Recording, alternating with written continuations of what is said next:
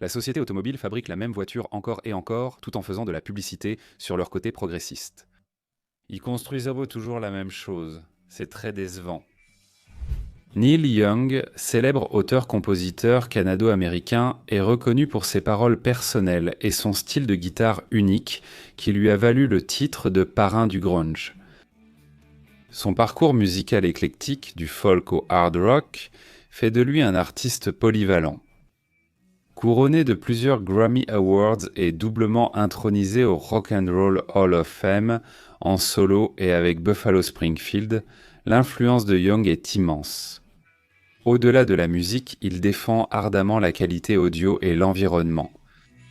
À 79 ans, Young part en tournée mondiale avec The Chrome Hearts, prouvant sa créativité constante.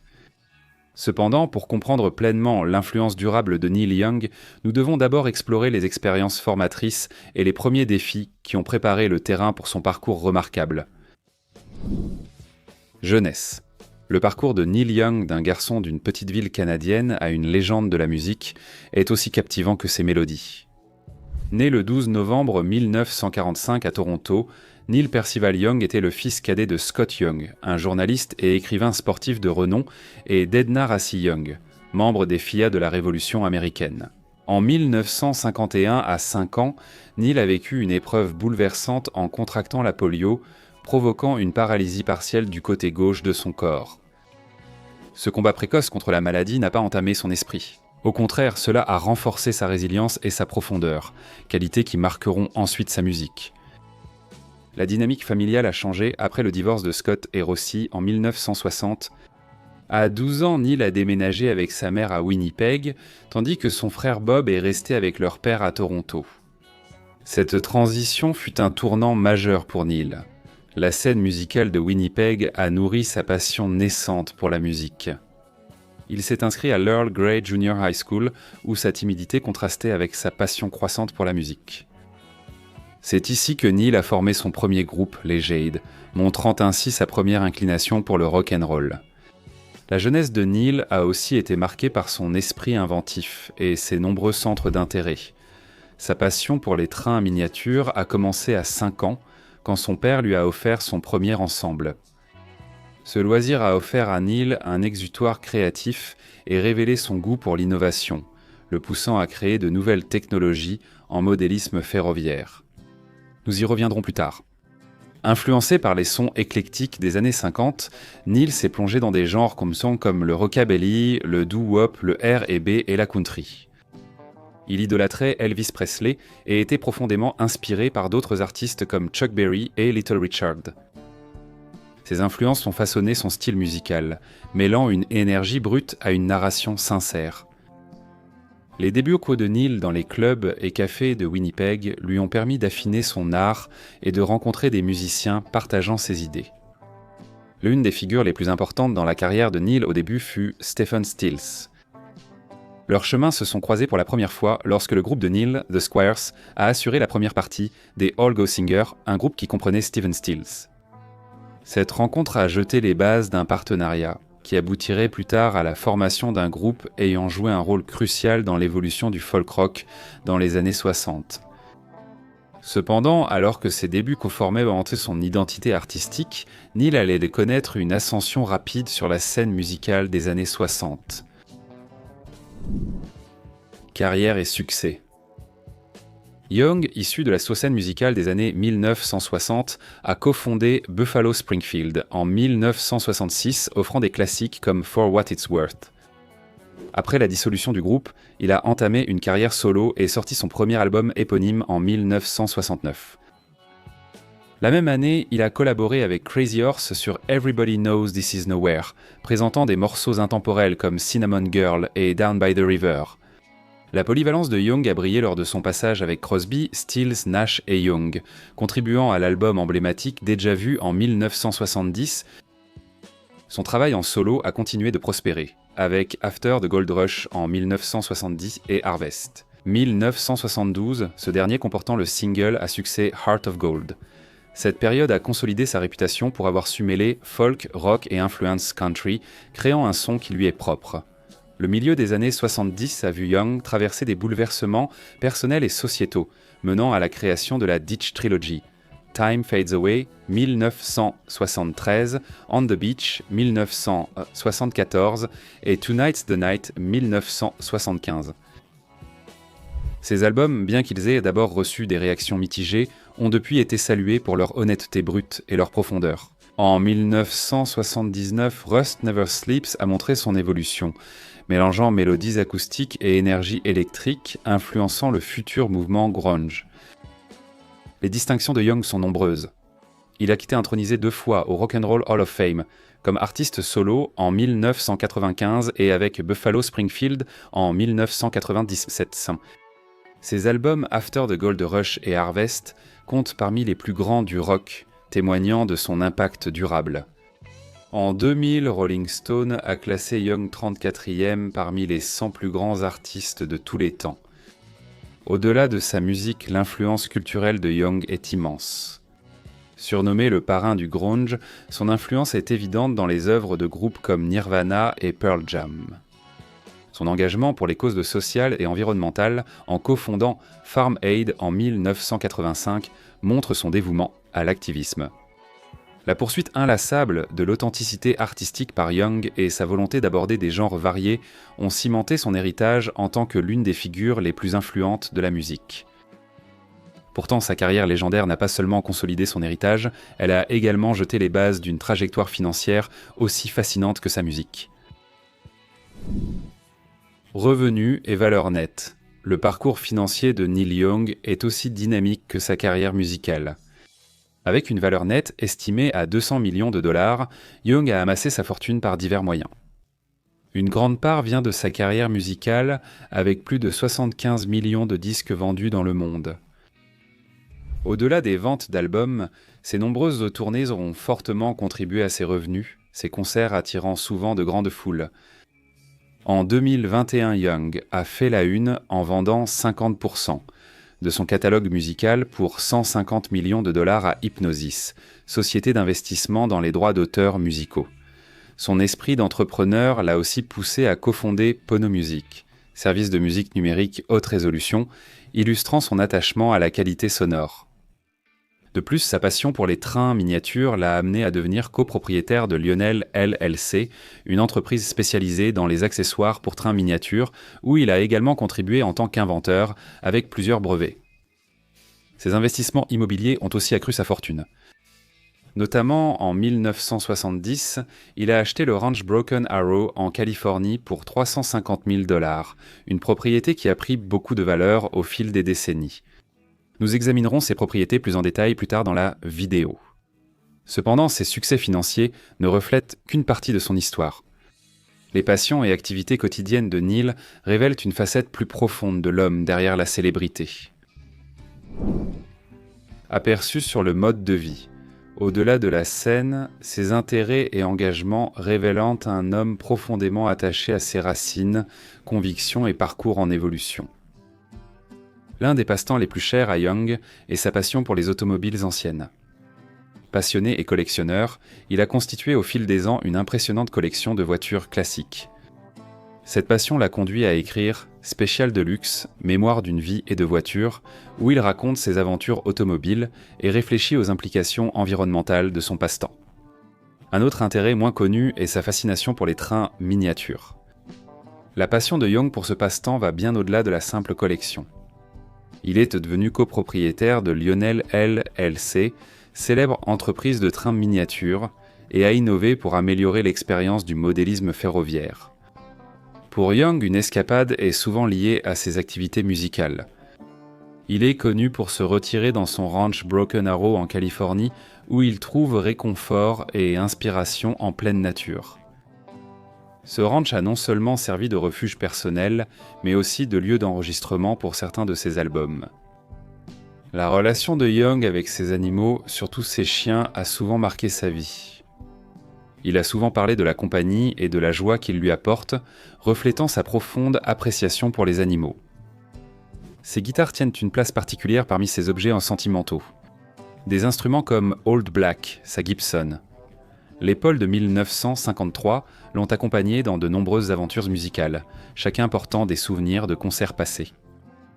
Outre les voitures et trains miniatures, Young possède aussi d'importantes archives d'enregistrements et de souvenirs. Son engagement à préserver son héritage musical a conduit à la création des archives Neil Young, offrant aux fans un aperçu complet de son œuvre vaste.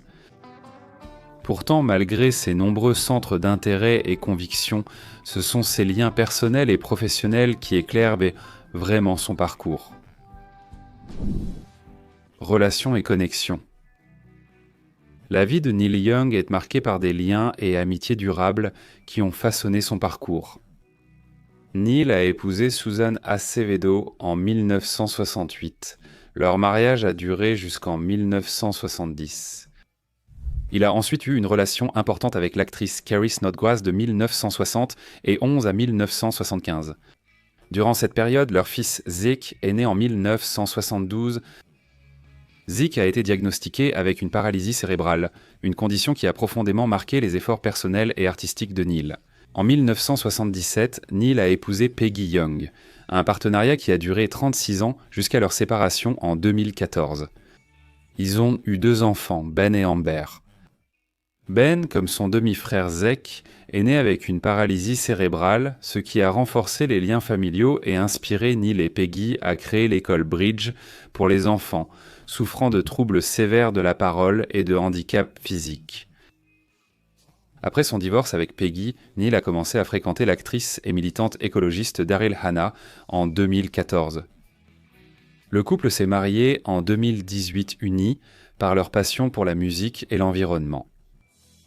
Leur partenariat symbolise une harmonie entre les démarches artistiques et militantes, reflétant leur engagement commun envers des causes importantes.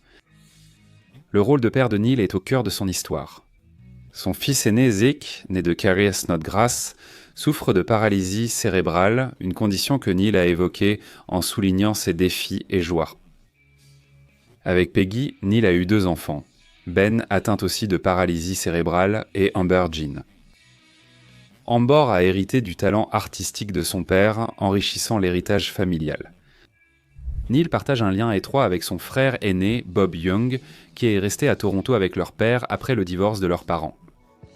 Cette séparation dans leur jeunesse n'a pas affecté leur relation, et ils ont gardé un lien fort au fil des ans. Par ailleurs, la sœur de Neil, Astrid Young, musicienne et auteure, renforce l'aspect artistique de la famille. Astrid a collaboré avec Neil sur divers projets, notamment en assurant les chœurs sur plusieurs de ses albums, mettant en valeur leur synergie familiale et professionnelle tout au long de sa carrière. Neil a noué de profondes amitiés dans l'industrie musicale. Son lien avec Stephen Stills remonte à Buffalo Springfield et se poursuit dans leur collaboration avec Crosby, Stills, Nash et Young. Malgré la dynamique du groupe, le respect et la camaraderie entre Neil et Stephen ont persisté, témoignant d'une fraternité née de leurs parcours musicaux communs. Une autre amitié marquante fut celle avec feu Ben Keith, guitariste de Pedal Steel et proche collaborateur de Neil. Leur collaboration a débuté avec l'enregistrement de Harvest en 1971 et a duré près de 40 ans, le talent de Ben devenant essentiel au son de Neil. Leur relation a dépassé le cadre professionnel, devenant une profonde amitié qui a duré jusqu'au décès de Ben en 2010. Cependant, bien que ces relations aient joué un rôle central dans sa vie, le choix de résidence et de retraite de Neil reflète également son sentiment d'appartenance et d'identité en constante évolution. Immobilier. Les choix immobiliers de Young témoignent de son lien avec la nature et de son parcours évolutif. En 1970, cherchant la tranquillité loin de l'agitation de Los Angeles, Young a acquis le Broken Arrow Ranch dans les collines paisibles de Redwood City, en Californie. Cette vaste propriété est devenue bien plus qu'une simple maison. C'était un sanctuaire où il a écrit des classiques comme Old Man, inspiré par le gardien du ranch, Louis Avila. Le ranch possédait aussi Redwood Studio, son propre studio d'enregistrement parmi les séquoias géants, où la plupart de ses grandes œuvres ont été créées. Après son divorce en 2014 avec Peggy Young, Neil a quitté le ranch, le laissant à celle-ci. L'attirance de Jung pour les retraites paisibles l'a mené sur la grande île d'Hawaï, où il possédait un vaste domaine près des plages de sable blanc. Ce havre tropical était son refuge créatif, où il aurait écrit ses mémoires et découvert les vertus régénératrices de l'environnement. En 2015, ce paradis hawaïen a été mis en vente pour 24,5 millions de dollars, rejoignant les propriétés haut de gamme de la région. En 2018, la maison de Jung à Malibu a été détruite par l'incendie de Woolsey, une perte qu'il a publiquement déplorée en évoquant ses inquiétudes sur le changement climatique et la gestion des forêts. Après cet événement, Jung et sa femme, Daryl Hannah, se sont réfugiés dans leur ranch des montagnes du Colorado. Ce refuge leur a offert un environnement paisible, conforme à leur amour de la nature et du développement durable. En 2020, Jung est revenu au Canada et s'est installé dans un cottage près d'Omam, en Ontario, où il a passé une partie de son enfance. Ce déménagement a marqué un retour aux sources, ravivant ses premiers souvenirs et les paysages à l'origine de sa carrière musicale. Pourtant, son attachement à la terre n'est qu'un aspect, son amour des voitures no classiques, illustrant sa passion pour la tradition et l'innovation. Véhicules et voitures. Pour commencer, nous avons la Lincoln Continental de 1959, affectueusement appelée la Link Volt. Ce n'est pas une voiture de collection ordinaire. Jung a fait de cette beauté un hybride expérimental, prouvant son engagement pour l'innovation environnementale. La Link Volt incarne parfaitement le mélange de charme vintage et de durabilité moderne. Ensuite, la collection comprend la Buick Roadmaster Skylark décapotable de 1953. Ce n'est pas qu'un objet de collection, c'est le tout premier de sa série, une édition spéciale du 50e anniversaire. Le moyeu du volant porte même une inscription personnalisée pour Neil Young, soulignant sa place unique dans sa collection. Il y a ensuite la Cadillac Eldorado Biarritz décapotable de 1957. Vu roulant avec sa femme Daryl Hannah, ce classique blanc incarne l'élégance de son époque et reflète l'amour de Neil Young pour le design intemporel. Nous avons aussi la Cadillac décapotable de 1949, affectueusement appelée Hanks, en hommage à Hank Williams. Ce bijou bleu ciel n'est pas seulement une pièce d'exposition, il a fait une apparition dans le clip de Harvest Moon, mêlant les passions musicales et automobiles de Neil Young. N'oublions pas la Plymouth Special d'Alex de 1950. Cette voiture classique a une valeur sentimentale, reflétant l'appréciation profonde de Neil Young pour les automobiles anciennes et les histoires qu'elles portent. Sa célèbre collection de voitures anciennes illustre à peine comment Neil Young progresse encore, ses projets actuels montrant un artiste qui repousse toujours les limites. Mode de vie actuel. À 79 ans, Neil Young reste dynamique. Il forme Chrome Hearts fin 2024 sort le single Big Change en 2025 et annonce la tournée Love Earth en Europe et Amérique du Nord, conclue en tête d'affiche à Glastonbury. Tout en honorant son passé légendaire avec des sorties d'archives comme Oceanside Countryside, il poursuit son engagement environnemental et profite d'une relation harmonieuse avec sa femme, l'actrice et militante Daryl Hannah. Qu'avez-vous trouvé de plus surprenant ou instructif dans cette plongée dans la vie de Neil Young ? Partagez vos impressions en commentant ci-dessous. Si vous avez aimé cette vidéo, une autre affichée pourrait aussi vous intéresser. Likez, abonnez-vous pour en voir plus. Merci d'avoir regardé.